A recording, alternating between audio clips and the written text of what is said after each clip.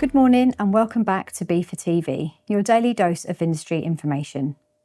Safety and security declarations are now a key part of customs compliance, and mistakes can be costly. Today I'm joined by Pawel to explain what customs intermediaries need to know about the latest requirements, the risks of non-compliance and how to avoid penalties. Pawel, good morning. Good morning, Nat. Let's start off by looking at what the most common safety and security mistakes that are happening which lead to penalties. Well, maybe let's do something different, Natalie. What is important is that our members actually understand what their responsibilities are about safety and security declarations, because there's a lot of under-understanding, I should probably say, rather than misunderstanding. Under the current legislation, which is very much the legislation we've inherited from our EU times, it is for the carrier who's responsible for lodging a safety and security declaration. Okay. That hasn't really changed. So the carrier usually means a shipping line or an airline, or in the case of road freight, that would be a vehicle operator. So anyone can file a safety and security declaration on behalf of the carrier, but the legal responsibility lies with the carrier. Obviously, since we left the European Union and the government introduced this new safety and security systems, SNSGB or ICS2 in Northern Ireland, a lot of BFA members got involved in declaring safety and security declarations or entry summary declarations. And it's very important that we understand what happens if we get things wrong. And what we usually get wrong, I mean, it could be wrong data about the vehicle identity. It could be incorrect arrival times.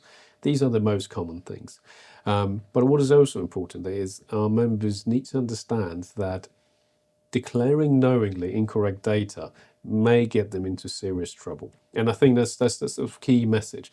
If you want to do an entry, or if you want to do entry summary declarations, if you want to declare them on behalf of another party, don't forget, as a customs agent, as a freight forwarder, you're not usually obliged to do that. Understand that. You have to declare the correct information into that. So that's the sort of key message here. So what could a penalty mean for a customs intermediary and their customers? Well, in simple terms, it's usually about £1,000. I mean, as you know, you can make it as simple as that. But it's obviously more than just £1,000. It's the reputational damage, it's potential delays at the border, and so on and so forth. So just like with customs compliance, you need to think about how it impacts your business going forward. So I think that the important thing is, if you start making deliberate mistakes, if you keep repeating your mistakes, yes, you will be penalised. You will pay the £1,000. Perhaps repeatedly, but you will lose reputation, and that may mean that over time you will lose business. So Sure. That's the important message. And finally, what advice do you have for members to stay compliant and avoid getting caught out? Make sure you understand your responsibility. Make sure you get correct data. Make sure that the data is as accurate as it possibly can be, especially around arrival times and so on and so forth. Understand how the systems work. Understand what's expected of you, and just be aware of the fact that as of the 30th of June, legislation is also changing, and the legislation is changing in such a way that it also includes customs representatives who declare safety and security declarations on behalf of other parties, and they fall within the scope of that wider penalties legislation, which allows the government to penalise us. So make sure you know what you're doing, make sure you get the data, and when you declare it correctly.